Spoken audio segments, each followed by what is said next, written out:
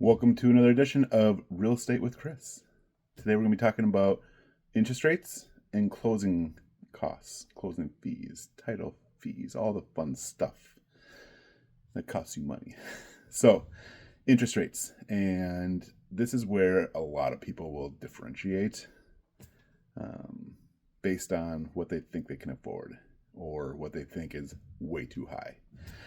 So, if you've been a potential home buyer for the last 6 years, 7 years, 8 years even, you've noticed that interest rates can be as low as 2.75%.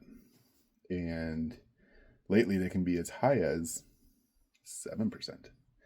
And so a lot of people will see that really high number, to use quotations, 7% is high.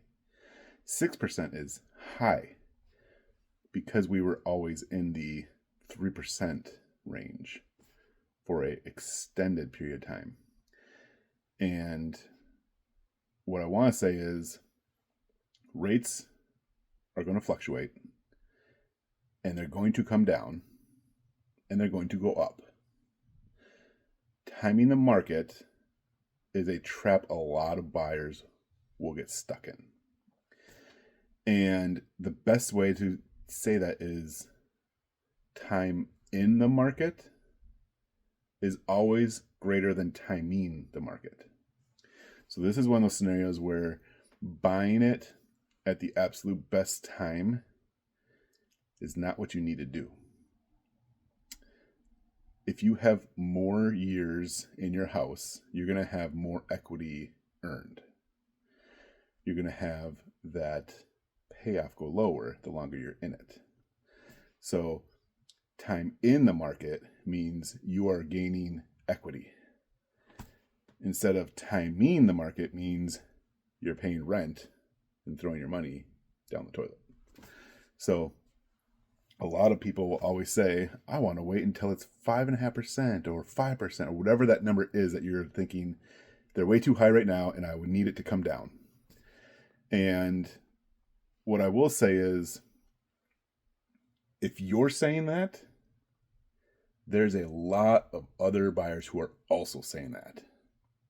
If you're also saying, I'm going to wait till the spring market because that's when more homes come on the market, or I just don't want to buy in the winter, so are a lot of other buyers.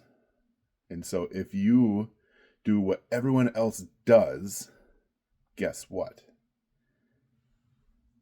You're going to be spending more money on that purchase price. Because if buyer A, buyer B, and buyer C all want house A, then the demand is much higher than what the supply is, which means you're going to be spending a lot more money on that down payment. So timing the market isn't actually going to help you in that scenario. So think about if you can purchase the home with the interest rate that is not in your desirable outcome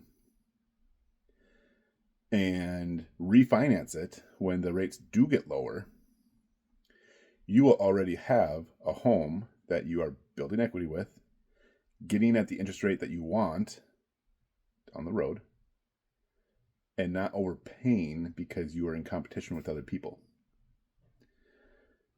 So a lot of people have said, marry the house, date the rate.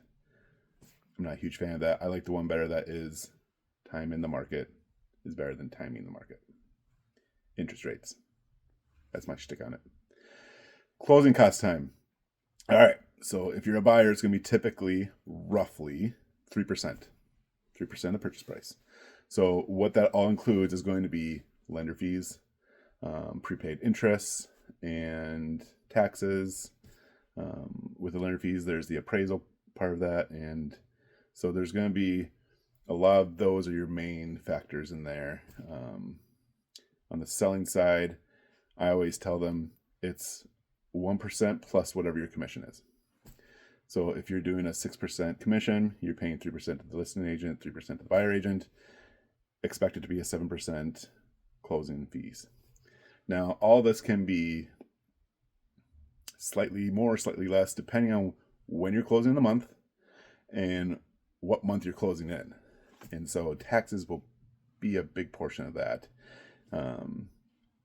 The seller is paying taxes from January 1 to whatever the closing date is, the day before closing. The buyer is paying the closing date to the end of the year. And so because the buyer is going to be paying them at the end of the year, you actually give the seller a little bit of money at the closing. So that's just all factored into the closing costs portion of it. So where you're at in the year is a factor in how much closing costs are going to be. And it's not going to be like astronomically more unless you're in like a state like where I'm at, New Jersey, and where my taxes are roughly 22,000. So if it's going to be further in the year, that's going to be significant. Whereas if you're going to be in Madison, where I was, Wisconsin, my taxes were roughly 9,000, so half of that. So it doesn't have as big of an impact as it would be in a state like New Jersey, where we have much higher property taxes. The other portion of that is, when in the month are you closing? Here's the pro tip that a good realtor will tell you versus someone who just wants to get the commission or just get you done with. Close towards the end of the month. Here's something that you'll find out if you don't already. The next month after you close, you don't pay a mortgage. The month you do close, you don't pay a mortgage. So we're in January. Let's say you find a place right now, we're closing in February. If you close at the February 1st, that means your first mortgage payment is not until April 1st. Sounds amazing, right? 2 full months of not paying a mortgage payment? That sounds phenomenal. Here's the kicker though. You're paying extra interest every day you stay in the house for free the month that you're closing. So if you're closing February 1st, you're going to have significantly higher closing costs than you would if you were closing February 28th or 29th if it's a leap year. There is interest per day, which means that if you're closing the 1st, that's 27 days more of interest. And depending on which bank you're using, how much interest they give you. I think when we closed, we were thinking about closing on August 6th, which was going to be $1,100.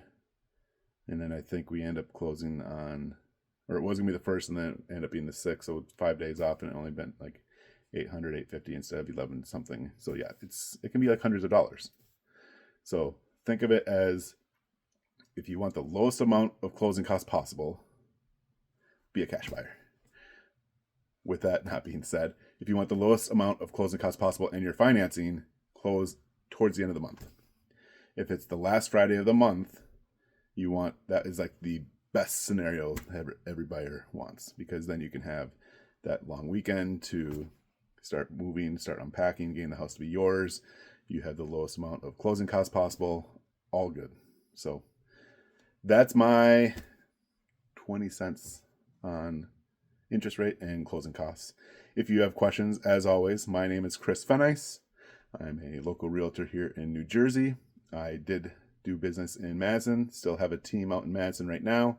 So if you're looking for business in Wisconsin, Madison particularly, or South New Jersey, I'm your man. Let's do some business together. You can always reach out to me at 609-223-5676. Text or call me. Let's make it happen. Otherwise, if you're just looking for some advice and you stumble across this YouTube subscription, like, subscribe, and also reach out. I can help you. I can find someone in the area that you're looking in. We can also just talk about what that process looks like, how you need some help, and all the fun stuff there. So thanks, everybody. Have a good one.